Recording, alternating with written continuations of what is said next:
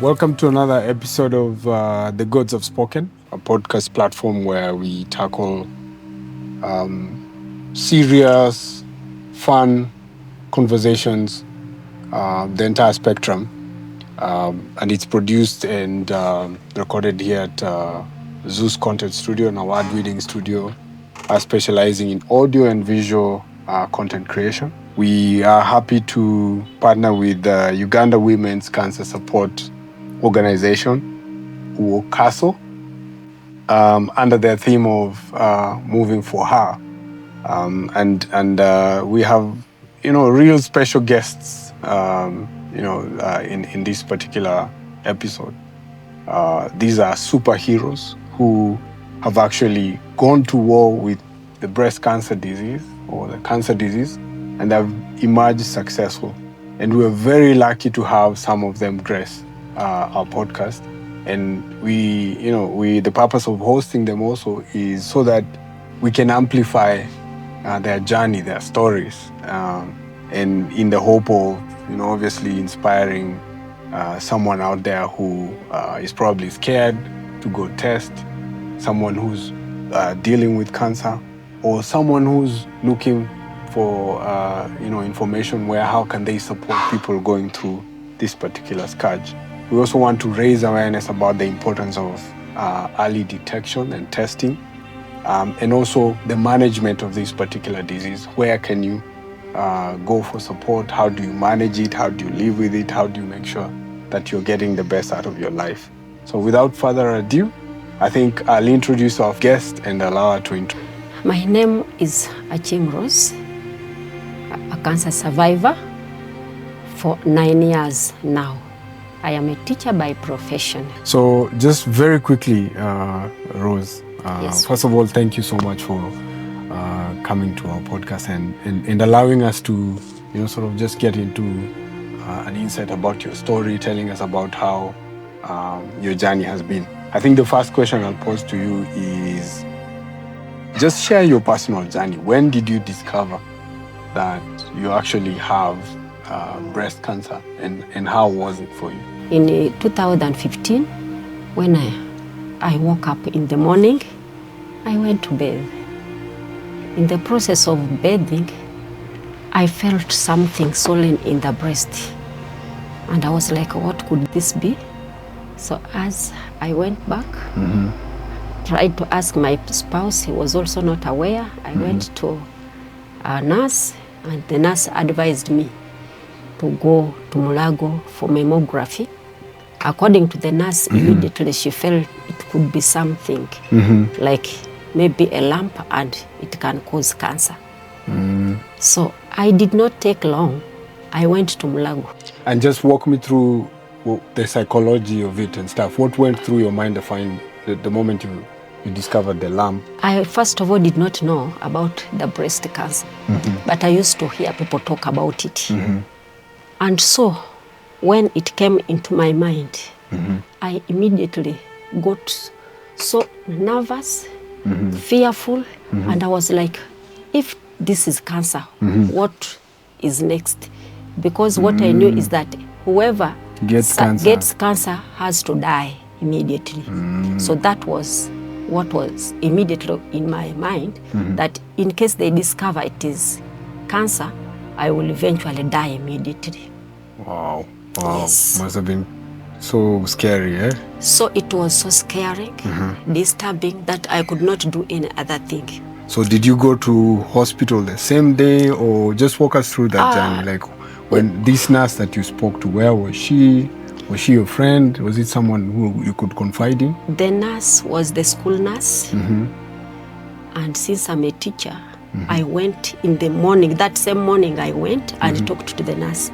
The nurse told me, please don't delay, go and find out. But you should go for mammography. And so the following day, I had to go to the head teacher immediately, and she allowed me. And so the following day, I walked to Mulago.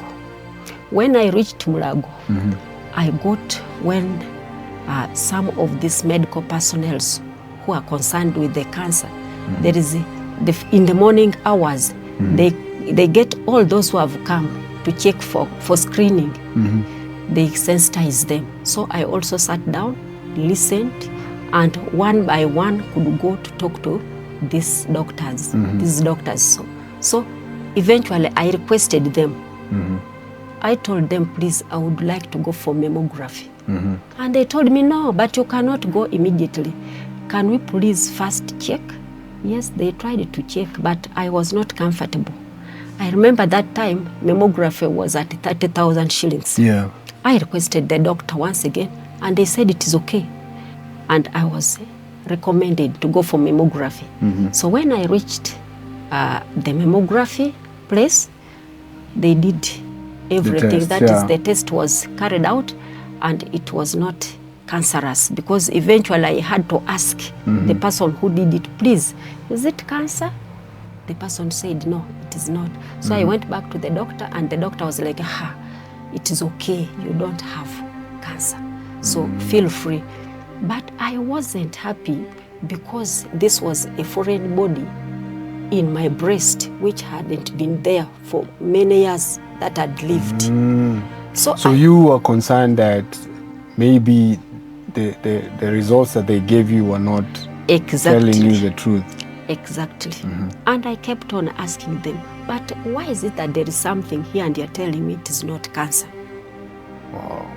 It is not cancerous, yes, as you've said, but what is this? What is this? They could not tell me what it was. And I wasn't given any medication. Oh, so they sent you back home. They told you you're okay, yes, you can go back home. Yes, go and eat, go and feel free, be happy. You don't have. Wow. You are not cancerous. So I went back home, but not comfortable. I went to the same nurse. The nurse told him, but what could it be? Maybe it is not cancer. But they at least needed to give you, some information. What is it? What if is it's not it? Cancer, what is it? Yeah. The doctors did not establish that problem there and then. So I continued, but I kept on going back to Mulago. Every other, maybe that by that time, maybe after 1 week, I could go back to Mulago, ask for the same thing, and they said it was negative. It was not cancer, yeah. It was not cancer. They kept sending you back home. Exactly. So what happened, I stayed home for some time. For the whole of 2015, I was at home with that small swelling. Yeah. It came to 2016. It was still there. That's and it was 2 not... years. Yes, 2 years. And it was not growing. Not until when I'd gone for Christmas and I was ready. I were organizing with my spouse to have a matrimony. A wedding, yeah. A wedding. So we had our first meeting. After the first meeting, 2 days. After the meeting? After the meeting, the other small swelling, which was not growing, became so big. There and then it was a swollen thing, and so painful and hard. So I could feel it was a strong mass, which is hard. And when I went back home, I was at my mother's home, my parents' home. I eventually organized myself and said, no, I should go back to Mulago. Yes. Now you were in pain.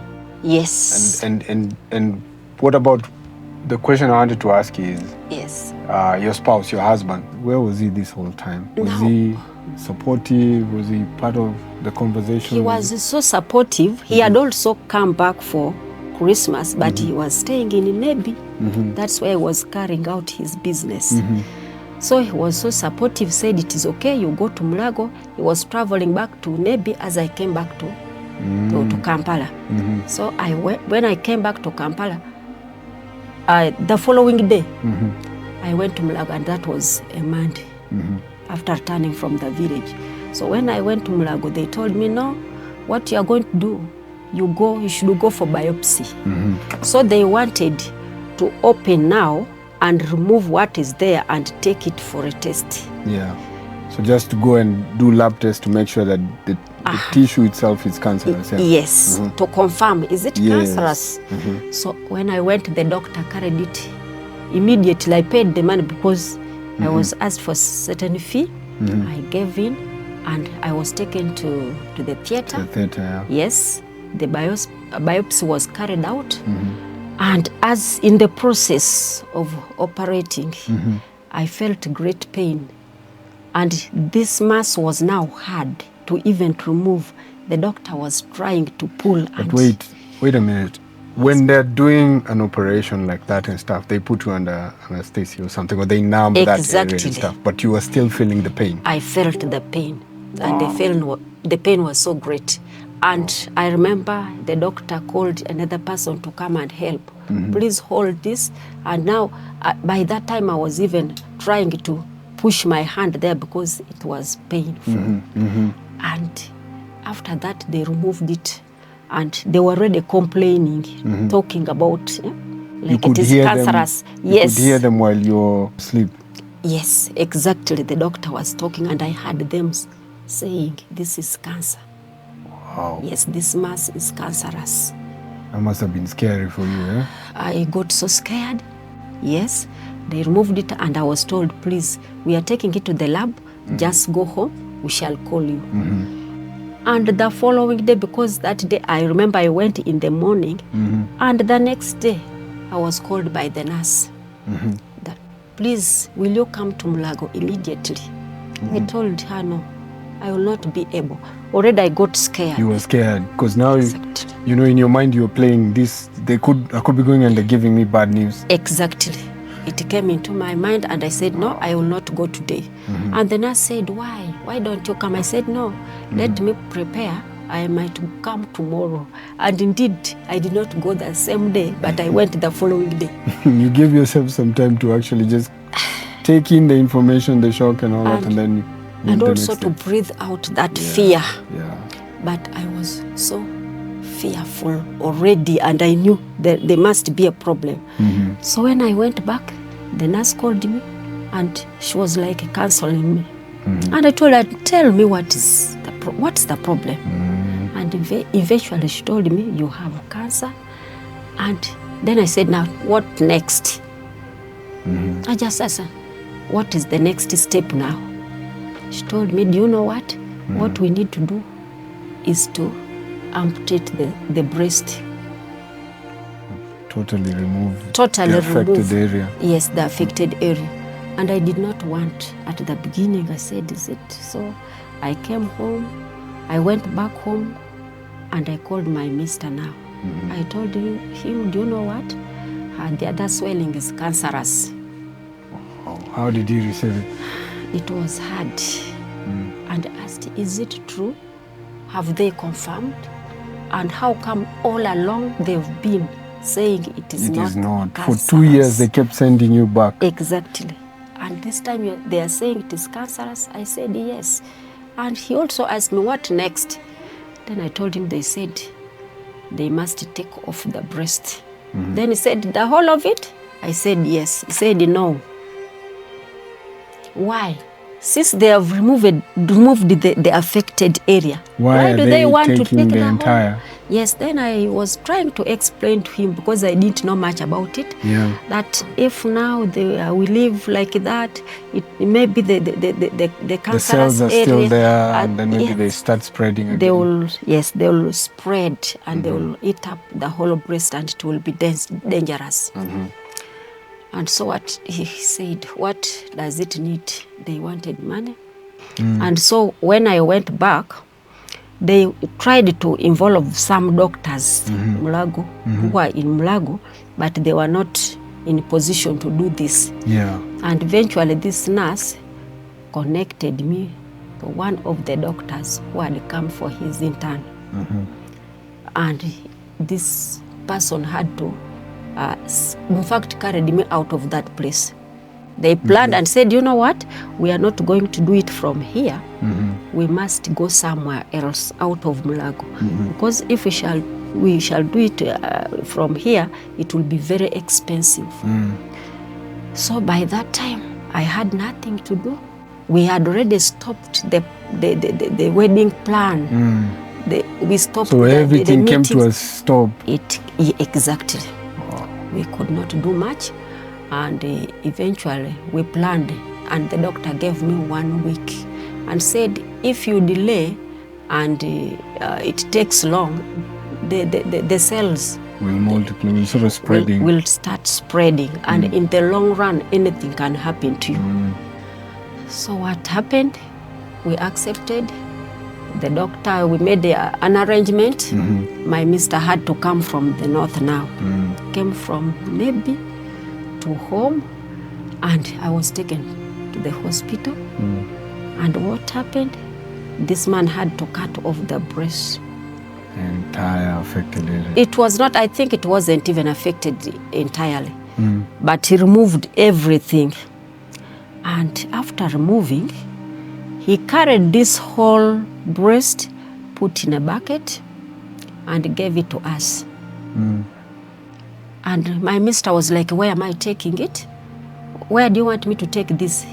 He said, take it home, and then tomorrow you will take it to Mulago. You take to the lab. I will tell you where to take it. Exactly. So he directed him, and that thing put my mister completely off, and he could not believe. He said, they have already removed the whole breast, put in the bucket, and again given it to me to take to my home, and yet I don't have anything.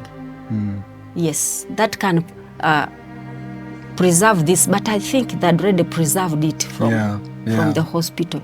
So we only stayed one night, and the following morning you took it to we, Mulago. in fact, were even discharged from the hospital. And my mister was like, but why? We have just come, we have paid all this money, and you are now discharging us? Immediately said, yes, but what do you want to do from here?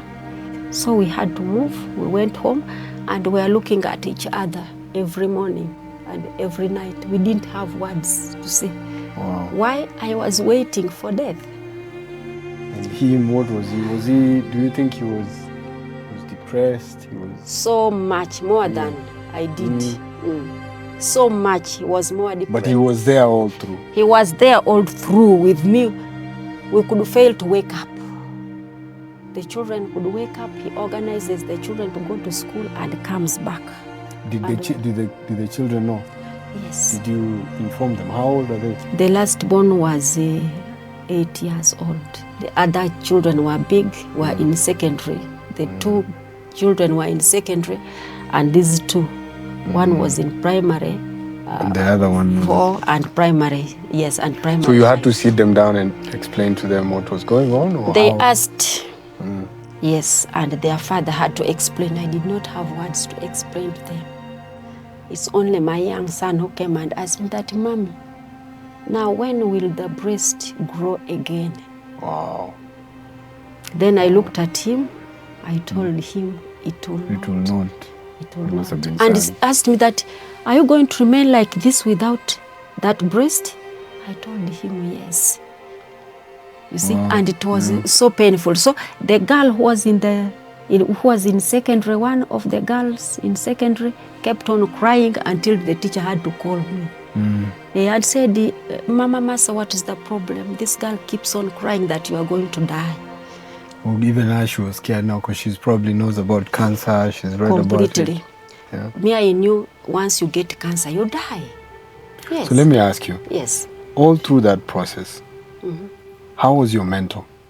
How are you dealing with the stigma associated with, women who've gone through this process of removing part of their breast? How are you dealing with the fear of death? Because cancer, again, like you said, is associated. The moment you get it, everyone knows that it's almost like a death sentence. Exactly. How are you dealing with that? Well, how was your mental? And then what was your support system? In fact, the stigma was really very strong. I got so much affected to the extent that I could just meet someone. I could stand and greet, and after I would say, I have cancer. You would tell them? I would tell them, even those who were not very close to me. And I don't know why I was telling them, but it was stigma. Maybe that was your I way knew of I was dealing with going your to child. die soon. So I could leave home, go for prayers, and I could look for the priest and tell the priest that, do you know what? I have cancer. And I remember I went one time to a certain priest, and after I introduced myself to the priest, I told the priest that I have breast cancer. The priest closed his eyes and took a deep breath. Then after I said, now I'm finished. If the father who's supposed to encourage me is doing this, what next? So I was completely disturbed. I left everything, the work that I used to do. I stopped going to school. Those were now the complete effects. I told my mister, by then, were still in the school quarters. I told him, please, can we buy land? He had to buy land, and we started building. So you stopped working completely? I could not go to school, and the head teacher left me to stay home. So the fear that was in me was too much, and I could just sit and wait for death. You know, the fear of death entered me so much, and I knew anytime anything would happen. And eventually, I gained the courage, and I knew death is supposed to be for each and everybody on earth. And therefore, if death has come, it is then okay. Yes. On the side of support, eventually, it was really now not much, because we used the little money that we had in the house. All the time I could go to Mulago. And that time, after that operation, I did not go for treatment. You stayed home? I stayed home, and I could only visit Mulago. I could visit the UCI, the Uganda Cancer Institute, but not taking the treatment. You would just go there to sit or do what? To sit and look at other patients who are suffering from cancer. And then go back home? Go back home without doing anything. But I could again, in the process of going to Mulago, I could tell other people, some of my friends. I had a friend there. I went and told the friend and told her, I am not going to take that medication. I'll not go for chemotherapy, because they say it will take off all my hair. And this my is body information you are getting from friends and people around you. So yes. You were scared of going through the chemotherapy? Exactly. It was tough. I could look at these people so miserable, looking so miserable. You find someone is completely dark, the hair is not there, and you see, that someone has no appetite, you know, it disturbs, it makes people vomit. So I did not want. Other people could come tell me, go for herbals. Herbals can heal cancer. Then as you continue sitting, as I kept on going, I could ask again other nurses, and they said, you are going to die. I had to go to doctors. Today I go to this doctor, the following day I go to the next doctor, but I could not take the medication. They called the counselors to come and talk to me. My sister could send the money, because now we didn't have money in the house. My brother-in-law could help. And eventually I kept on going to Mulago. Not until one time I just woke up in the morning and I felt I should go for treatment. So you just decided on that day that I need to go for this chemotherapy, whatever treatment they have? Exactly. I need to go for chemotherapy. What made you decide that? Eventually, after taking the herbals, I took the herbals. I took any type of a leaf. I would take cactus, and I planted them. Up to now, I still have them. Yes, even opium. You even got opium? Exactly. Because they said opium can heal cancer. So I could use it as like tea leaves. Drop, at times I could just boil the fresh leaves. And I could take. So I ate a lot and got tired. And I was looking very healthy. I didn't have any pain. But mentally, you still knew this thing at the back. The mental sickness remained. Wow. It remained. I could walk and know I am to die anytime. I'm going to leave my children, and it is okay. So I walked on. It could disturb me. And the mere fact that the breast was removed, it was very painful. That was the most painful thing. The stigma. I had, The because I psychology. even asked God before it was removed that, God, why don't you heal me? So that I die with all parts of my body. But it was not saved. God did not save me. Yeah. But he eventually saved me fully. So tell me about, you started going in for chemo. Yes, I woke up, went back to Mulaga as I used to go, and I asked the doctor, the very doctors I used to go and argue with them, and they could even quarrel with me. I went back and told them, do you know what? I have come back. I want to take chemo. They said, is it true? We are not going to give you chemo. Go back home and bring your next of kin to come and sign for you. And you must write a letter to tell us that you are going to take chemo. Because the way you are behaving and you behave, you might not complete it. So, you needed guarantees here. Yes. Yeah. So when I went back home, my mister was not there. My sister was verified. All the other people, I picked one of my staff mates. I said, please help me. I went to the head teacher, explained to her and said, yes, it is okay, go together. So I financed her. We came to Mulago. We were given my file. In fact, they have to retrieve my file. I had to write. She signed, I signed, and we took it to the doctor. And the doctor asked, are you ready to take the treatment of cancer? I said, yes. Are you sure you are ready? Yes. We are giving you more 1 month. If you are ready, go stay for 1 month and then come back. And I was given the date. So eventually I wanted it. I felt I should take it. Why? Even I knew other people survived. Yeah. I'd even got this other organization, Ukaso. Oh, you had already known about them, heard about them, and be part of them, yeah? Yes, but I didn't want to take the medication as much as I knew that these ladies had survived. I did not want. Then eventually, after going back, I was introduced to chemo. I started taking it faithful. The first time, my sister called, my brother-in-law called, can we come and pick you? We were told when you are given chemo, you will fail to walk. But to my surprise, after the chemo, I got up and walked back home. I told them, I don't come for me. I'm strong. I feel I'm strong enough. I went back home. After 1 week, all the hair dropped. After a week? After a week. And chemo is given after 21 days. Wow. So only after a week, I went to my barber who always shaves off my hair. I wanted him to reduce because I had much hair. As he was trying to shave, everything was coming out. And I asked that, Madam, what is wrong? Then I deceived him that, I went and took my hair somewhere for a certain lady to treat it, and I think she has put a bad chemical. And was even helping, but why don't you report this person? I said, no. He's my friend, I will not report him. But I didn't tell him. All the hair went off. And the man remained with all the hair in his hands. As he was pulling, it just started coming out. And there was nothing left. I walked back home.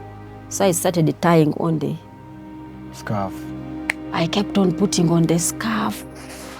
My skin changed. All the fingernails were so dark. And that's how I moved on. And it was very painful. The first injection, the whole body, I think the body cells keeps on moving from one direction to another. You feel the itches all over your body. Wow. Yes. And so they kept on giving after 21 days. And they gave me 8 cycles, which were many. Then I went back and tried to quarrel with the doctor. Why have you given me 8? Because my other friends were given 6. Why? You're given more. More. Now I was like, is it because I was stubborn? Is it a punishment? But I took it in good faith. I completed the chemo. I was taken for radiotherapy. and I completed radiotherapy. And then these people were trying to look for the doctor who had done the operation, and they could not get him. He was not there, and they did not know him. And so after this, I moved out. I carried on with life. Did they test after the process? The process of the treatment? Did they test to check whether exactly the cancer cells are still there? Yes, And what did they keep on. find? It is okay. They kept It's on not there. checking. Yes, not there. Go for scanning.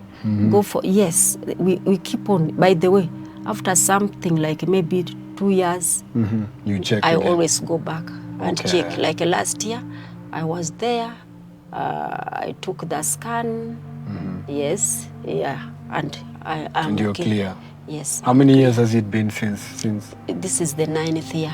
Wow. Yes, that I'm living 9 years without. without. And how's your mentor? I'm now fine, and I know cancer is curable. It is like any other disease.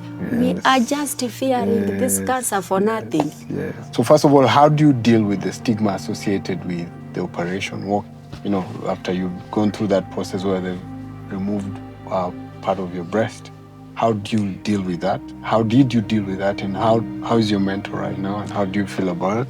And then the second last question is, what can you tell women out there who are scared to go and test, and those ones who've tested and they've been diagnosed with the disease?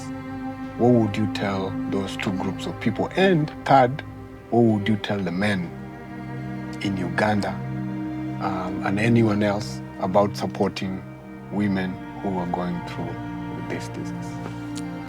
In the first question, as much as I don't have my breast, I feel it is okay.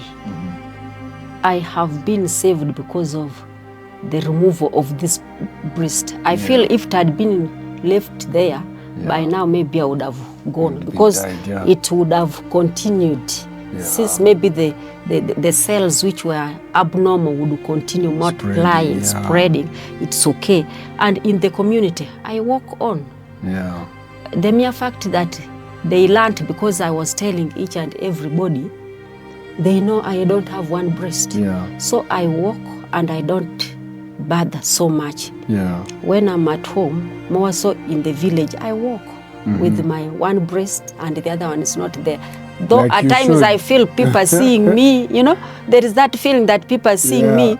But when I put on my cloth and put that artificial breast, I feel fine, and I that's walk also a scar of war. Like you've won, you've triumphed against this disease and stuff. So you wear it proud, and it doesn't define who you are. What defines you is the battle that you've gone through, and you've won, and you're standing here today, cancer-free, a hero. Again. Exactly. Yeah. I feel I am a hero. Yes, you are. And therefore, yes, you are. it should not bother me so much. Yes.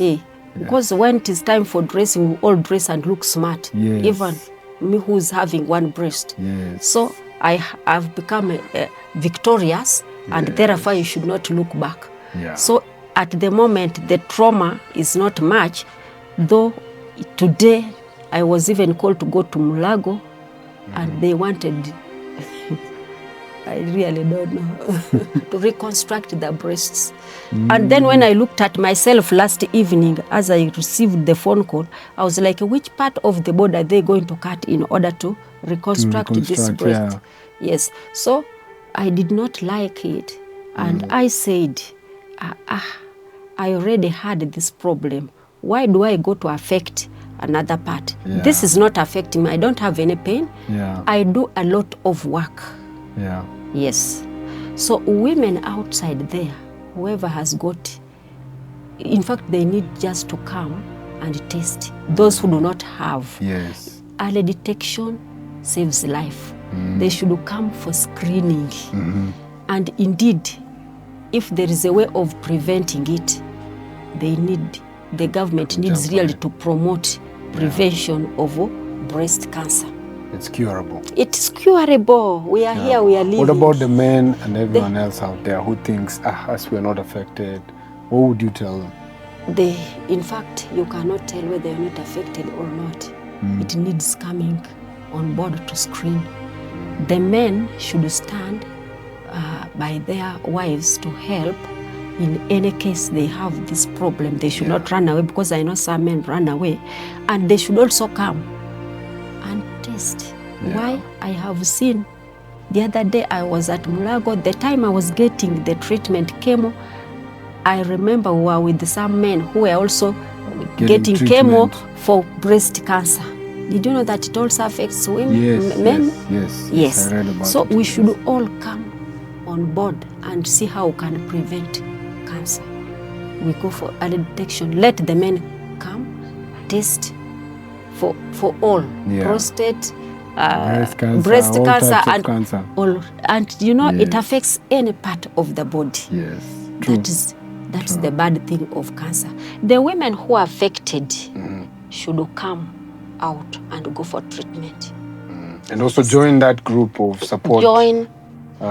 Where they can get other women who share their experiences like you have and encourage them. They need, because I have saved that lady through Wukaso, and another partnership from Mulago gave us a patient. In fact, I was given 2 patients. One was a lady who had breast cancer, and this lady was operated from a clinic somewhere, and she was getting treatment from there. Can you imagine?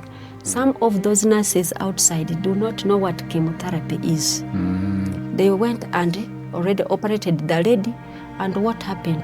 This lady was now almost dying, and the son, after that, given me that responsibility to monitor. The son called me and said, "Madam, do you know what? We have given up. We have taken Mama back home. We are waiting for her to die." I had to call these Wukaso people. We had to connect them all the time.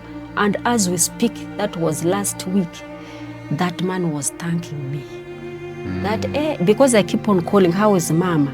He told me, "Mommy is okay. She's walking. She has a lot of appetite." Wow. The person whom they had carried back to go and die. Yes. She's now having appetite. Isn't that not great? That's amazing. So people need to be sensitized. Yes, we need to talk to them and tell them the experience. And I could tell him, "I am here. I am a breast cancer survivor. So your mommy is going to survive." And indeed, the mother is fine. Thank you so much, Rose. Thank you so much for your story. We wish you the best. We wish you a long life. Thank you. A happy life. Thank you so much. Thank you.